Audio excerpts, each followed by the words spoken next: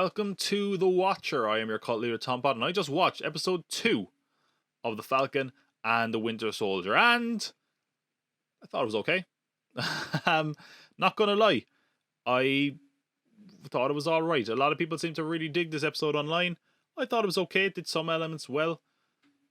It set up a lot of stuff as far as teases to the comic book. It kind of felt more like an episode where they're setting some of the kind of building blocks for future episodes, and that's fine. But I also will say it's the only kind of Marvel Disney Plus show so far where I was kind of like, this sort of feels its length, which isn't great. And of course, the episodes for Falcon and Soldier are a bit longer, so maybe that's a factor as well. But regardless, let's go into it, because there was some stuff that I really thought worked well in this episode. So, of course, at the end of last week, we found out that there's a new Captain America in town, baby, John Walker, and wouldn't you know it, Captain America's really American. What a shock, right? So we got a bit of his backstory. He's a former American footballer. He's a soldier, and a really damn good one. He can throw the hell out of that shield, it seems. And, he seems to be a nice guy. Kind of smug. Really smug, actually. Probably a bit of a dick. But we'll get into that. Also, I need to correct something I thought last week. I kind of assumed, but also I guess we didn't have much to go on, so it was, of course, going to be an assumption based on the comic, that he was going to get superhero serum. And maybe he will. I imagine he will before the series ends. But at least for now, nope. No superhero powers. He's just regular old Captain America. Although he does have something that'll help him out, as we'll get to. But speaking of someone to help out, finally, Bucky and Sam are living up to the name of the show. Falcon and the Winter Soldier. They're back, baby. Doodle-doo-doo-doo-doo-doo. That was the boys that were back in town, in case you couldn't tell from my air guitaring. Yeah, here they are. They're back, baby. And it's obviously not surprising that they're back. Although I did think it was kind of weird. Because the whole first episodes, it felt like this is kind of a slower pace than I expected. And they're not diving right into it. And then straight away in the second episode, it basically seems like they both watch the news and Bucky's just like, what the fuck, Sam? And it's like straight away. And like, okay, well, they didn't bury the lead there. They're back together. And I'm kind of okay with that, I suppose. So because of this, they have basically a plan to hunt down the Flag Smashers. So Bucky and Sam are going to work together. One thing I really like, and we had a few allusions to it in this episode, that basically a few of our heroes have some kind of traits that sort of rhyme, like our George Lucas clip that I always play. Again, it's like poetry, so if they rhyme, every stanza kind of rhymes with the last one. Hopefully it'll work. Between the original Captain America and what they do. And one of them is that as they dive out of the plane, Bucky is like, jumps out without a parachute, which of course in the Captain America the Winter Soldier, he jumps out of a plane without a parachute. Steve Trevor does. Oh my god. DC reference in my Marvel video. Steve Rogers does. And he obviously does it without a parachute, and he's fine. But here we're seeing, Bucky's not fine. But then again, I don't know what his plan was. He just jumped out of the plane and used his metal arm to shield himself, and then he hit the ground pretty hard. So yeah, he's not Captain America. I guess that's kind of pushing that point forward. If there's one person it seems like definitely is going to be in Captain America at the end of this, it's going to be Bucky. But then again, it's also it's going to be Sam. We know that pretty much. It's going to be Sam. Spoilers. So, as we said, they're kind of hunting down these Flag Smashers, which we probably should go into a little bit more. Last week, we got a little bit of an introduction in them. I speculated. I didn't speculate. I very arrogantly said, okay, this is obviously Zemo. It's Daniel Bruhl. It isn't. In fact, my Tom's theory went that he might have somehow ended up in the ocean because he got unsnapped when the raft was down and the raft was up when he got snapped. Ludicrous. That was just a bit of fun, I guess. He's not the one behind the mask of the lead Flag Smasher, seemingly. Now, again, I don't know if this was the lead Flag Smasher from last week, but seemingly Zemo is in prison. Still, we will get to that in a minute, unless he's somehow pulling the strings of the Flag Smashers, which, I don't know, seems kind of unlikely. But I'm glad that is the case, because to be honest, I was kind of annoyed that they might have undone him and made him a bit of a hypocrite by, giving him superhero serum. So instead, we have our lead Flag Smasher here, Carly Morgenthau. Now, that's interesting because I think I said this last week, but basically, the Flag Smasher group is coming from a character called Flag Smasher, and that character of Flag Smasher is called Carl Morgenthau. So this is a gender swap version. She is the leader. We don't know a lot about her. still kind of trying to figure out what their kind of goals are, what their motives are. Obviously, we know it's like, hey, the world was better in the blip, but hoping we get a bit more of that and kind of a bit more explanation about what their deal is. But seemingly, they're certainly in bed with an evil man called the Power Broker, as we get to in the end, which is a very important Easter egg. But basically, Bucky and Sam stop these two trucks, and inside the two trucks, I think it's medicine, vaccines. It seems to be super soldier serum. Which, well, I think it was super soldier serum. I mean, certainly it feels like there's going to be a lot more super soldiers in this. And yeah, they mentioned that there's a lot more like them later on, or at least Bucky says this to another super soldier. There's super soldiers all over the gaff, mate. So, first of all, Red Wing is dead. He gets fucking obliterated straight away. So, Red Wing was just pretty handy, wasn't he? He did way better than Sam in that first episode. And now he's no more, but I'm sure he'll get a new Red Wing. Maybe it'll be an actual bird this time, like the comics. Who knows? Yeah, we kind of get a big fight scene here on top of two trucks. It's like that video game Gang Beasts. It's a fun scene. It's the biggest action moment in the whole episode. But they're fighting alongside each other. Basically, Sam and Bucky are kind of getting their ass kicked. But who is there to save the day? America, fuck yeah! John Walker swings in, and so does his buddy of Lamar Hoskins, who we'll talk about in a minute as well. So they kind of try even the score a bit. Now, as I said, and I think I speculated on this last week, but again, we didn't have a lot to go on last week because we only saw John Walker for about 2 minutes, 2 seconds even. I kind of said maybe he has a super soldier serum in him. He doesn't. He's just a regular guy, just an all-American guy. And it's interesting. I mean, I don't think he's at a disadvantage because as we saw with this new Captain America, not Captain America, fucking cap in your ass, America. Jesus, he's packing heat, everybody. He's using a gun. Some people are freaking out about this. I think it's okay for a couple of reasons. Number one, Captain America has used a gun. Even in the first Avenger movies, when he was at war, he was using a gun. He's used guns besides that as well. In some of the movies, I think in the first Avengers movie, he also used a gun briefly. Maybe it was just an alien gun. I don't really remember. Oh no, he used a gun against a guy when they attacked the helicarrier, I think. But anyway, I don't think it's a big deal. And also, like, at the end of the day, this is a Captain America run by the government. He's meant to be sort of soulless and have less of a moral compass to guide him. So I think that perfectly works to give him a gun. And also, I mean, come on, the guy doesn't have super soldier serum. The guy nearly died in his first battle. Like, he got his ass kicked through a fucking car. So give him a break, people. Come on. So yeah, this doesn't really go well. Bucky nearly gets killed. Sam saves his life. Which is a lot of fun, because to a moment where they're just rolling romantically in the grass, and I was kind of waiting for, like, I'm so glad, like, if this was made, like, 10, 15 years ago, we would have had that gay panic scene, of, like, ooh, but instead they were just like, get off me. It was fun, it was a nice scene, and again, that kind of, antagonistic relationship between the two is a lot of fun to watch, and it's going to be interesting to see where it goes. I don't really know if I like, it's hard to tell where that antagonism comes from. I mean, we had plenty of reasons why we could assume it. That was the case, certainly when Steve Rogers was around. But now he's not, so it'll be interesting to see if they explore that. They do explore it a bit more later on, though, so we'll see where that goes. But I do want to talk about the group that we've assembled here. And it's perfectly shot here when they get a lift back. So, in other words, no one is successful in stopping the Flag Smashers, and Bucky and Sam get a lift to the airport from John Walker, who's not been called US agent yet, so we're just going to call him John Walker or Fake Cap or something, and this character of Lamar Hoskins. So let's talk about these characters first of all.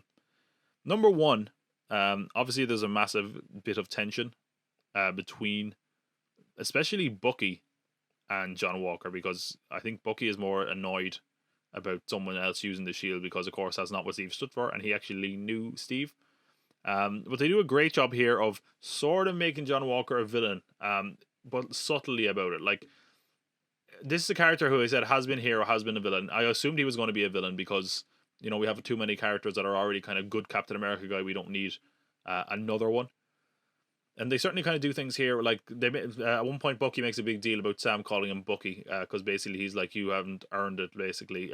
Like, Steve could call me that because, he kind of earned it.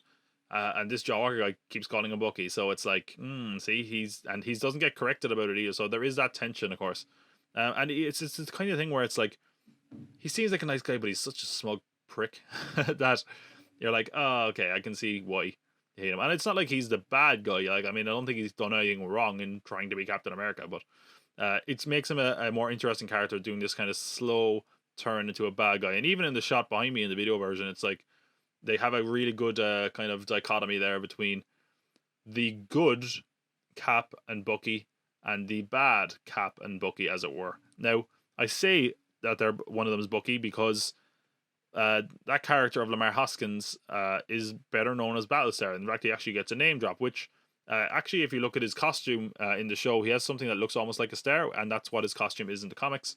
Although it is kind of funny, like it's just some soldier, and he's like, "I'm Battlestar," and you're like, "Come on." So yeah, in the comics, he actually had the title of Bucky. That's right. There is a Bucky title in the comics. Some people have been Bucky, which is weird because he's called Bucky because that's his nickname. But anyway, I digress. Yeah. So one of the other things that's interesting, and I wonder if this is going to lead to something down the road. Falcon says something and is tracked. He's tracked because of the suit he's wearing, probably the wings more specifically. And also at one point he says something that John Walker is able to repeat back to him. Word for word, and he basically says your suit is government property. So because of that, we don't have to hack it; it's ours. Which that's awkward, and also seems like the perfect opportunity for a costume change. Or he's going to go rogue, like in all of these sort of movies. They're going off the grid. We're going rogue, baby. I don't know. Is that where it's going to go? Possibly at some point, but it's certainly a good enough reason to change his costume. I'm sure he's going to change costume by the end of this anyway. If it's like every other Marvel show, last episode, give him a new costume. Let him fight the baddie already. Speaking of new heroes, we got a very interesting one here. And I actually, before we get onto that, I want to talk about one more thing about Carly, who is the leader of the Flag Smashers, seemingly. At one point, she gets a text, and we don't know who it's from, but it says, "You took what's mine, I'm going to find you and kill you." Okay, don't know who that's from. Interesting seed to plant. But we shall see where it goes aside from that. So the next thing I will talk about, though, is that hero I'm talking about, which is Isaiah Bradley. This is a character that Bucky was aware of, and is a character in the comics. And honestly, more interesting than him is another character that was introduced far more subtly in this scene. So first of all, we should mention this Isaiah Bradley character. In the context of the show, he was a super soldier made for the Korean War. He took the Winter Soldier sword to his limit. He even took off half his arm in a fight. He was dropped behind kind of enemy lines to kind of try to eliminate the Winter Soldier and didn't succeed. They also mentioned that there could be, we assumed there could be more super soldiers as a result of this. Captain America didn't know about this. Bucky was the only one who knew about it. Now in the comics, well, actually, I want to fill in Isaiah Bradley's story a bit more because it leads into a kind of pivotal theme in the show, which is that he was in prison for 30 years and experimented on. For having powers, basically. And anyway, in the comics, Isaiah Bradley did take up the mantle of Captain America at one point, so that's interesting. I don't think it's going to be him, but just in case. So what is probably more interesting and relevant is a character that we barely see in this episode. He's opens the door for the lads, and we see a little bit more of him. But that is Elijah or Eli Bradley. That is a character in the comics who becomes Patriot, which is one of the basically cornerstones of the Young Avengers, and has been for a long time. I've kept saying it seems like they're setting up Young Avengers in these Disney Plus series. We had Speed and Wiccan in WandaVision. Here we have Patriot, of course. Other characters that are coming just on the TV shows. We have, Kate Bishop, Hawkeye. America Chavez is going to be in Doctor Strange 2. There's all sorts of characters, maybe even Riri Williams. Ironheart could take the place of Iron Lad. There's a lot of possibility here. It definitely seems like we're getting Young Avengers. We also have Cassie Lang. It seems like we're definitely building up to Young Avengers at some point. Now, in the comics, Eli Bradley basically is Captain America, and vitally in the comics, he does not get his powers from his granddad. So could he get a hold of some of the superhero soldier serum or super soldier? There we go, super soldier serum. They'd make that a tricky one to say. I'm just going to say serum. Could he take the serum and that make him a hero? Will he get the powers from his granddad against the comics? I don't know. I think he got it in was it mutant growth hormone or something in the comics? I can't fully remember.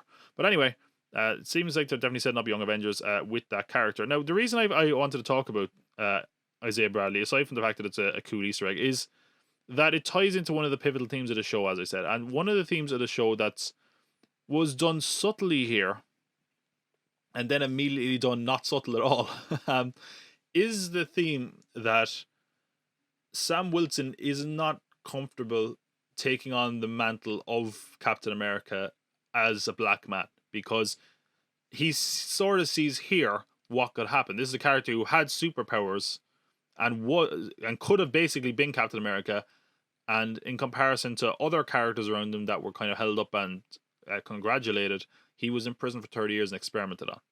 So that's kind of a sobering reminder to him that what could happen if he sort of takes up the mantle. Is he going to be treated the same way as Steve was, as a white man was? And of course, we get the scene afterwards, which, works if you're not paying attention and you want to know some of the pivotal themes, where basically he gets harassed by the police because of the color of his skin until it's revealed he's an Avenger. But at that point also, Bucky gets arrested because he missed his therapy session. Oh my god. And as a result of that, he is sent to prison. But good guy John Walker is there to break him out. And by break him out, I mean he's like, hey, leave him go. And they're like, sure, Mr. Captain America, sir. Which, by the way, isn't it really weird? It seems like everyone's just totally cool with a new Captain America. Which, I don't know. I'm trying to think, would that work in the real world? But I guess we have no real comparison. Like, if they were just like, hey, this guy who was just Captain America? Well, now we're taking him back. And it's going to be some other guy. I don't know. It just feels a bit weird, but everyone seems to be cool with it. So there you go. As we said, he busts lads out. But before they're busted out, the therapist is there for Bucky and says basically, hey, Sam, we kind of need to do a therapy session before you go, before I release you from my care, because John Walker basically says, like, don't worry about the therapy sessions, they have greater work to do.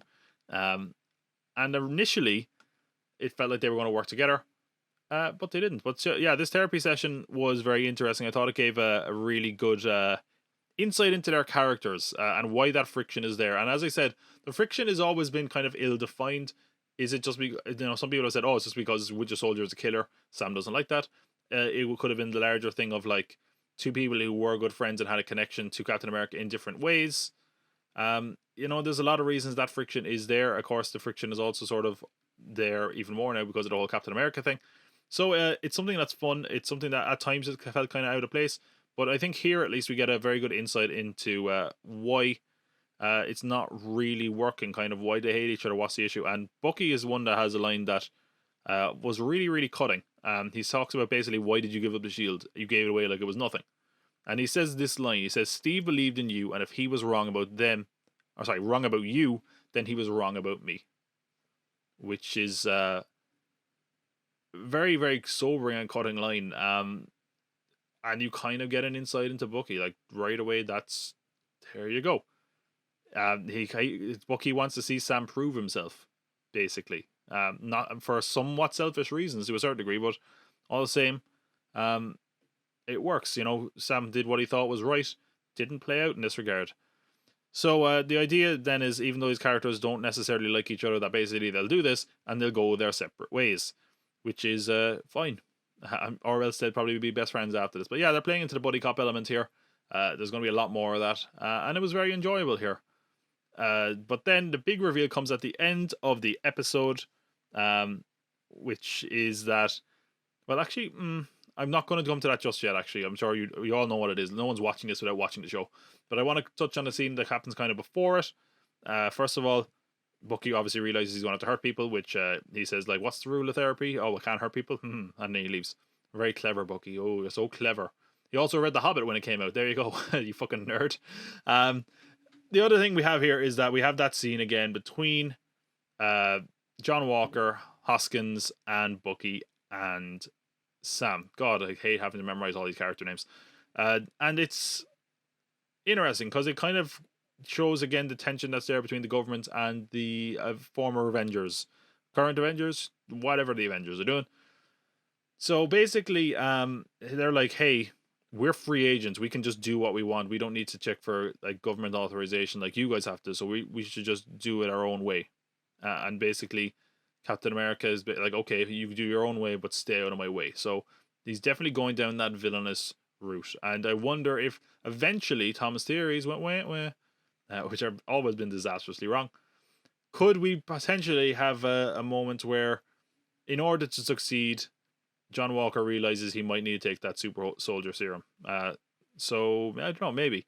We actually get a hint to the serum as well, and John Walker and Lamar's origin, because the Flag Smashers are seemingly terrified of these guys, of Power Broker Inc. In the comics, that is where John Walker and Lamar get their powers. They make a deal with the Power Broker. Power Broker's a character who basically like, hey, it's exactly what it sounds like. You pay me money, I'll give you superpowers. That's a pretty nifty trade. Seems like everyone's gonna have superpowers by the way the MCU is going. A lot of heroes. It's hard to imagine it started when it was just like one guy in a tin can, you know. But anyway, that's a hint at possibly them getting superpowers down the road. And then of course we have the big reveal and what our next episode is going to be, which is Zemo. The lads think, hey, if we want some intel on Flag Smasher, we should probably talk to Zemo, who's apparently not even in the raft at all. He's just in jail. Which, you know, I guess that makes sense. I mean, when you look at it, what did he really do? He put up a couple of bombs. I mean, he's not like superpowered, so I guess he doesn't need to go on the raft anyway. But yeah, interesting. I again thought we had Zemo in the first episode. I was very wrong. Hands up, I thought I was wrong. Or I didn't think I was wrong. I was wrong. I thought something and I was wrong. That's what I tried to say there. And that's okay. But I do wonder, of course, we have to figure out how Zemo's going to escape out of this. Does he have some sort of words that are going to basically make Bucky snap into Winter Soldier form again? We don't know. How is he going to break out? That's the thing. But of course, he's going to be a big part of this series going forward. As I said, this episode I thought was good. I thought it was worse than last week's episode. Maybe I only enjoyed last week's episode because it went against my expectations of this just being a big action series. This time it was weird because I could have done with a bit more action, and I thought some of the character stuff was interesting, but sometimes it was pretty heavy-handed, and I don't know, I just thought that the pacing was a little bit off in this episode. I thought it kind of dragged at times. But then again, I think this is an episode that's going to be a lot of building blocks for future episodes. And speaking of those future episodes, of course, if you want to follow along with me, come back here next week when we talk episode 3 of The Falcon and Winter Soldier. Whether you're watching this or listening to us, thank you for doing so. And remember, come back next week because I'll be watching. Take care.